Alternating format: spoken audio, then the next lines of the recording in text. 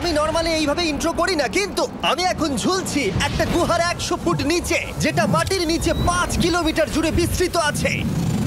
আর আমরা এটা পছন্দ করি বা না করি, যখনই আমি আর আমার বন্ধুরা মাটি টাচ করলাম, আমরা অফিসিয়ালি এখানে আগামী 7টা দিন কাটাতে চলেছি। বাবারে, এটা আমার জীবনে করা সবথেকে ভয়ঙ্কর জিনিস। প্রথমত, আমাদের এখন এখান থেকে অনেকটা দূরে যেতে হবে। কেন? যদি ঝড় বৃষ্টি হয় তাহলে এই পুরো জায়গাটা জলে ভরে যেতে পারে, আর সমুদ্রের মতো ঢেউ এসে সবাইকে। ভাই এটা পুরো পাগলাম। এটা একটা অন্য জগৎ মনে হচ্ছে। এই কেভ এন্ট্রান্সটা হয়তো দেখতে সুন্দর, কিন্তু দেখে যা মনে হচ্ছে আসলে তা নয়। আর আমরা হয়তো জানি না যে আগামী 7টা দিন আমাদের জীবনের সব থেকে কঠিন সময় হতে চলেছে। সব থেকে বাজে ডিসিশন। ঠিক আছে, আর কিছুক্ষণের মধ্যেই অন্ধকার হতে চলেছে। ক্যাম্প না করলে আমরা বিপদে পড়বো। আমরা কোথায় যাচ্ছি সেটা কি বলবে? আমাদের ক্যাম্প সেটআপের জন্য একটা ফ্ল্যাট গ্রাউন্ড খুঁজতেই হবে। এটা অনেকটা উঁচুতে থাকায় আমরা জল থেকে সুরক্ষিত থাকতে পারবো। তার মানে এটা ক্যাম্পের জন্য পারফেক্ট। পারফেক্টটা একটু বেশি হয়ে গেল। মোটামুটি বলা যেতে পারে। ঠিক আছে, ক্যাম্পের জন্য মোটামুটি। প্রথম দিনের বাকিটা আমরা কাটিয়ে দিলাম আমাদের জিনিসপত্র আনতে। প্রত্যেকটা ব্যাগের ওজন প্রায় 80 পাউন্ডস। আর যেমনটা তোমরা ফুটেজে দেখছো, আমরা এটা করতে 4 ঘন্টা লাগিয়ে দিলাম। এখান থেকে যাওয়া খুব কঠিন।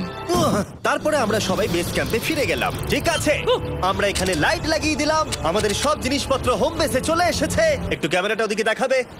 ওদিকটা কিন্তু ভয়ানক অন্ধকার, আর সবসময় এরকমই থাকবে। তাই আমরা ক্যাম্পিং গাইড জোয়ের সাহায্যে আমরা হ্যামক টাঙালাম। এই সরু দড়িটা আমার হ্যামকটাকে ধরে রাখবে। হ্যাঁ, ডিনার খেয়ে আমরা প্রথম রাত্রি ঠান্ডার জন্য তৈরি হলাম। আমি মিথ্যে কথা বলবো না, আমি যতটা ভেবেছিলাম তার থেকে এই হ্যামকটা অনেক বেশি কমফোর্টেবল। এই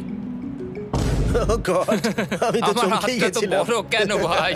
এই কেভটা 2.5 কিলোমিটার ডিপ, আর আমরা এখন এন্ট্রান্সের কাছেই ক্যাম্পিং করছি। কাল আমরা অনেক কিছু এক্সপ্লোর করব।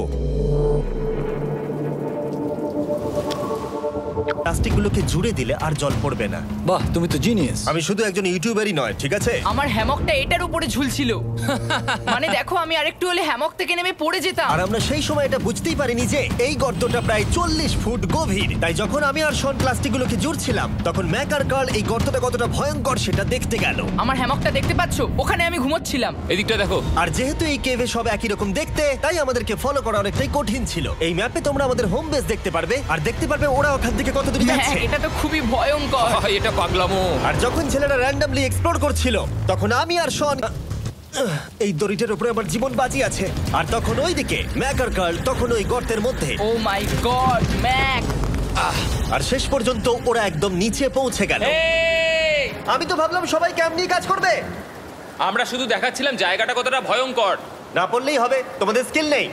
আচ্ছা ঠিক আছে। আর যদিও ওদের এবার ফিরে আসা উচিত ছিল, কিন্তু কাল আর ম্যাক এটা কতটা গভীর সেটা দেখানোর চেষ্টা করলো। ভাই এটা দেখতে দারুণ লাগছে। তুমি কি নদীটাকে পার করতে পারবে? কিন্তু ওরা এটা জানে না যে এই রিভারটা এই কেভের গোটাটাই জুড়ে আছে। তার মানে এর মধ্যেও আমাদের কিছুটা সময় কাটাতে হতেই পারে। ওই তো ওরা এসে গেছে। এসো। তোমরা রান্না করে রেখেছো তো? হ্যাঁ, রান্না করেছি। ঠিক বলেছ। একটা নতুন বাড়ি, ঠিক বলেছি তো? একদম। এখন আমাদের একটা ছাদ আছে। আর এটা তো দারুণ। জিমি রান্না বেশ রকপি।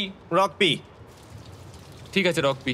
ঠিক আছে, এটা রকপি। আর একটা শুকনো রাত ঘুমিয়ে কাটাবার পরে আমরা ঠিক করলাম জো আমাদের সার্ভাইভাল এক্সপার্ট, তাকে নিয়ে আমরা কেভের শেষ প্রান্ত অব্দি যাব। Cave, cave! Cave, cave! Cave, cave. দেখা যাক আমরা কেভের কতটা গভীরে যেতে পারি। তোমরা কিন্তু মনে রাখবে আমরা সবেমাত্র কেভের এন্ট্রান্সের দিকেই আছি, আর আমাদের ইচ্ছা এই কেভের শেষ প্রান্ত অব্দি যাওয়া, অবশ্যই না মরে গিয়ে। ও মাই গড, এটা তো খুবই স্টিফ। আরে এটা তো সবে শুরু। আমরা কেভের আরো গভীরে এসেছি। তোমরা সবাই সাবধানে আসবে। এটা খুবই ছোট জায়গা, আমার মনে হয় না এখান থেকে আমি যেতে পারবো। কেভ এক্সপ্লোরের ইন্টারেস্টিং জিনিসটা হলো, যা হোক করে আমাদের এই ছোট্ট ফাঁকগুলোর মধ্য দিয়ে এগিয়ে যেতে হবে। ও মাই গড, খুব ছোট জায়গা। আর তারপরেই খুব বড় একটা জায়গা আসবে, সেটা এতটাই বড় যে কিছু না দেখতে পাওয়ার জন্য এটা করতে হলো। ও মাই গড। এবার আমি সব দেখতে পাচ্ছি, এটা দুর্দান্ত। এগুলো খুব ভালো ধরার এখানে? জায়গা। এগুলো ধরে এখান থেকে পা ঘুরিয়ে চলে আসতে পারবে। এইভাবে কি? একদম পারফেক্ট। জো সব থেকে ভালো কেভ গাইড। এভাবে কেউ গাইড করতে পারবে না। ঠিক আছে, এইবার ব্যাপারটা ইন্টারেস্টিং হবে। কি? এটা কি? এখান থেকে আমাদের ওয়েট শুট পরে সাঁতার কেটে যেতে হবে। গতকাল ম্যাক আর কার্ল এটা নিয়ে মজা করছিল, কিন্তু এই কেভে আমাদের পরের অ্যাডভেঞ্চারটা ছিল একটা প্রায় জমে যাওয়া নদীর মধ্যে। ও মাই গড, এটা তো পাগলামি! তার মানে আমাদের ওয়েট শুট পড়তেই হবে যাতে আমাদের হাইপোথার্মিয়া না হয়। আমরা এটা কেন করছি? এই এক্সপেরিয়েন্সটা তো জীবনে কি না। জিমি, এবার তুমি জল থেকে উঠে দাঁড়িয়ে পড়ো।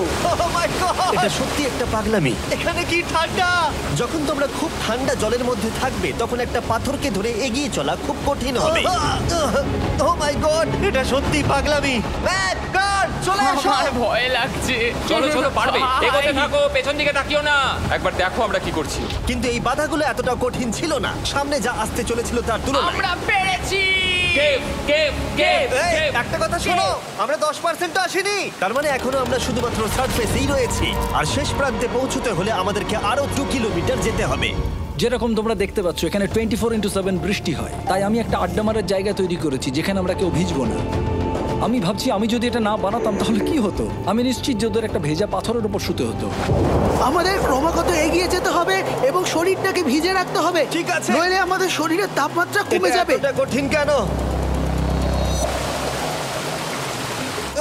সব থেকে বাজে ব্যাপার হলো আমরা যতটাই দিকে এগোবো ততটাই আমাদের পিছন দিকে ক্যাম্পে ফিরতে হবে। আমাদের পরের বাতি কথা বলতে আমাদেরকে ফিরতেই হতো, কারণ এর আগে আমরা শুট করতে অনেকটাই সময় নষ্ট করে দিয়েছি। তারপর ফ্লেয়ার নিয়ে খেলেছি, তাই আমরা ফিরে যাচ্ছি আর এই মিশনটা আমরা পরের দিন আবার শুরু করব। শন, আমরা এসে গেছি। আরে তুমি এখানে কি করছিলে? এখন তোমরা কেউ ভিজবে না। আমি তো জানতামই না এই লাইটগুলো আমরা এনেছি। এগুলো দারুণ লাগছে তাই না? দুঃখের বিষয় আজকে আমরা মাত্র 20% এগোতে পেরেছি, কিন্তু বিশ্বাস করো আমরা শেষ পর্যন্ত অবশ্যই যাব আগামী কয়েকদিনের মধ্যেই। আমার মনে হয় কোনোদিনই হবে না। আমি তো বললাম। আমরা ডে 4টা রেস্ট নেব আর ডে 5-এ চেষ্টা করব এই কেভের শেষ অবধি যাবার। দেখা যাক কি হয়। ডে 3-তে মজা হলো, কালকে আবার দেখা হচ্ছে।